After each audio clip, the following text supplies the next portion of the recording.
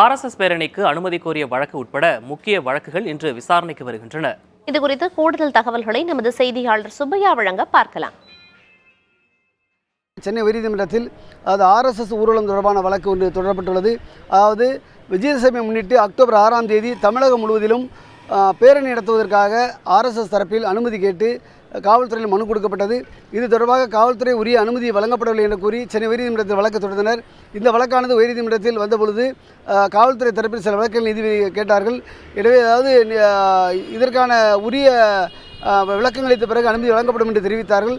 அவ்வாறு இருந்தும் சில விதிமுறை வகுக்கப்பட்டும் ஏன் இன்னும் அனுமதி வழங்கவில்லை என்று நீதிமன்றம் கேள்வி எழுப்பிய நிலையில் மீண்டும் இந்த வழக்கு இன்று விசாரணைக்கு பட்டியலிடப்பட்டுள்ளது. இன்று இந்த ஆர்எஸ்எஸ் ஊர்வலம் தொடர்பான அனுமதி வழங்கப்படும் என்று எதிர்பார்க்கப்படுகிறது.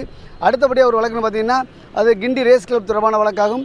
அதாவது கிண்டி ரேஸ் கிளப்புக்கு சொந்தமான 160 ஏக்கர் நிலம் 739 கோடி ரூபாய் கிண்டி ரேஸ் கிளப் பாக்கி வைத்துள்ளது. இது தொடர்பாக தமிழக அரசு அந்த 99 ஆண்டு வழங்கிய குத்தகையை ரத்து செய்வதாக தமிழக அரசு அறிவித்தது. உயர்நீதிமன்றத்தில் வழக்கு தொடரப்பட்டு உயர்நீதிமன்றம் தொடர்பாக எந்த நடவடிக்கை மேற்கொள்ளக்கூடாது என்று அறிவித்த நிலையில் தொடர்ந்து அது தொடர்பான நடவடிக்கைகளை தமிழக அரசு மேற்கொண்டு வருகிறது. இது தொடர்பான வழக்கு சென்னை உயர்நீதிமன்றத்தில் நிலுவையில் உள்ளது. இந்த வழக்கும் இன்று விசாரணைக்கு பட்டியலிடப்பட்டுள்ளது. அடுத்தபடியாக முக்கிய வழக்கு பார்த்தீங்கன்னா முன்னாள் அமைச்சர் செந்தில் பாலாஜி தொடர்பான வழக்காகும். அது முன்னாள் அமைச்சர் செந்தில் பாலாஜி தொடர்பான வழக்கு சென்னை உயர்நீதிமன்ற வளாகத்தில் உள்ள சென்னை அமர்வு நீதிமன்றத்தில் நடைபெற்று வருகிறது. இந்த வழக்கு நீதிபதி அள்ளி முன்பு நடைபெற்று வந்தது.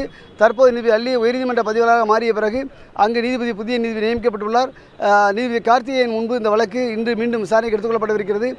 செந்தில் பாலாஜியை பொறுத்தவரை இந்த வழக்கில் 58 முறை காவல் நீட்டிப்பு வழங்கப்பட்டுள்ளது. அதேபோன்று இந்த வழக்கில் குற்றச்சாட்டு பதிவு செய்யப்பட்டு குற்றப்பத்திரிகையும் தாக்கல் செய்யப்பட்டு தற்போது சாட்சியில் விசாரணை நடைபெற்று வருகிறது. செந்தில் பாலாஜி மீதான வழக்கில் இறுதி கட்டத்தில் நெருங்கிய நிலையில் உச்சநீதிமன்றத்தில் ஜாமீன் கேட்டு மனு தாக்கல் செய்துள்ளார். இந்த வழக்கில் தான் உயர்நீதிமன்ற வளாகத்தில் உள்ள சென்னை அமர்வு நீதிமன்றத்தில் தற்போது அந்த சாட்சிகள் விசாரணையை தொடர்ந்து இந்த வழக்கு விரைவில் முடிவுக்கு வரும் என்று எதிர்பார்க்கப்படுகிறது.